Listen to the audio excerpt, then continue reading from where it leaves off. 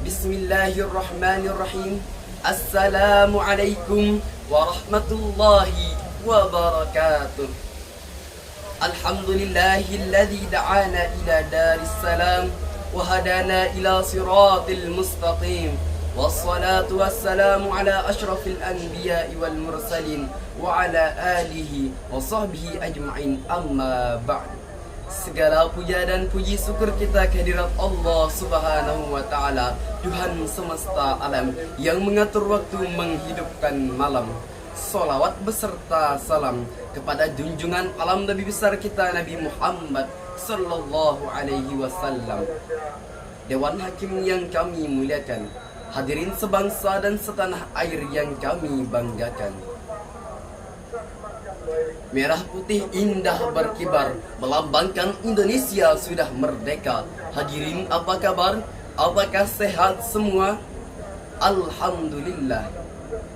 Hadirin yang berbahagia, hidup adalah perjalanan menuju keabadian. Dan di dalam perjalanan ini, kita tidak hanya dituntut untuk memilih mana yang benar dari yang salah, tetapi juga untuk bisa membedakan mana yang halal dan mana yang haram. Allah Subhanahu wa ta'ala tidak akan memerintahkan sesuatu kecuali karena kebaikannya, dan tidak akan melarang sesuatu kecuali karena kasih sayangnya. Oleh karena itu hadirin, pada kesempatan ini saya akan menyampaikan sebuah syarahan dengan tema pentingnya gaya hidup halal.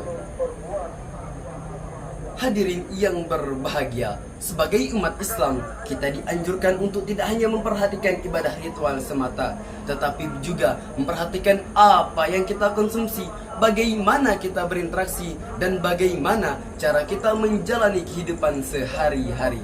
Disinilah hadirin pentingnya gaya hidup halal. Lalu timbul pertanyaan, apa itu gaya hidup halal?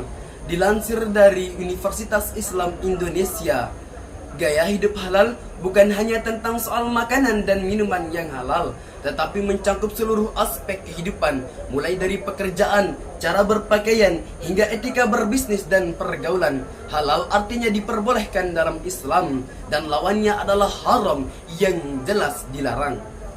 Allah Subhanahu wa ta'ala berfirman di dalam surah Al-Baqarah ayat 168, Ya ayyuhan nasu kulu mimma fil ardi halalan tayyiba wa la tattabi'u khutuwati syaitan innahu lakum aduwwum mubin. Wahai manusia, makanlah dari apa yang ada di bumi yang halal lagi baik. Wa la tattabi'u khutuwati syaitan, dan janganlah kamu mengikuti langkah-langkah setan. Innahu lakum aduwwum mubin. Sungguh setan itu adalah musuh yang nyata bagimu. Rasulullah sallallahu alaihi wasallam bersabda, akan datang suatu masa pada umat manusia di mana mereka tidak peduli bagaimana cara mendapatkan harta, apakah dengan cara yang halal ataukah dengan cara yang haram. Hadirin yang berbahagia, di zaman sekarang ini Indonesia digemparkan dengan berbagai kasus korupsi para pejabat tinggi yang tidak memiliki sifat manusiawi, tidak peduli halal ataupun haram yang mereka konsumsi. Ratusan, jutaan, miliaran, bahkan triliunan yang mereka makan tanpa sadar akan menjerumuskan mereka ke dalam jurang kehancuran.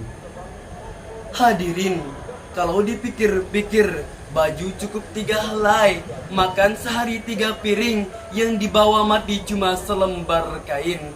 Bayangkan saja, apabila kita memberi makan keluarga kita dengan makanan yang halal, ibarat pohon yang dipupuk dengan pupuk yang bagus, maka akan menghasilkan buah yang bagus.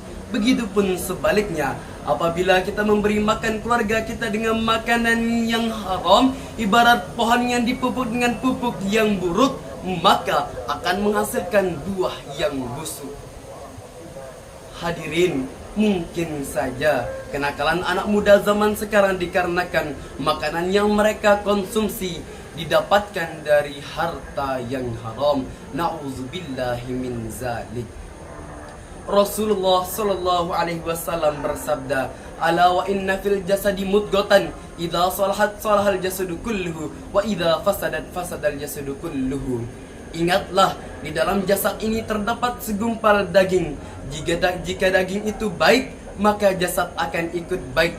Jika daging itu rusak, maka jasad akan ikut rusak. Ala wahyal qalbu. Ingatlah, segumpal daging itu adalah hati.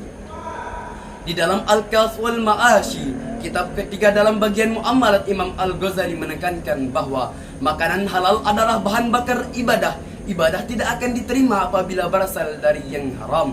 Oleh karena itu hadirin, mari kita mendekatkan diri kepada Allah dengan mencari rezeki yang halal dan menjauhi diri dari gaya hidup haram dan berjalan menuju gaya hidup halal agar generasi penerus kita menjadi generasi yang lebih baik.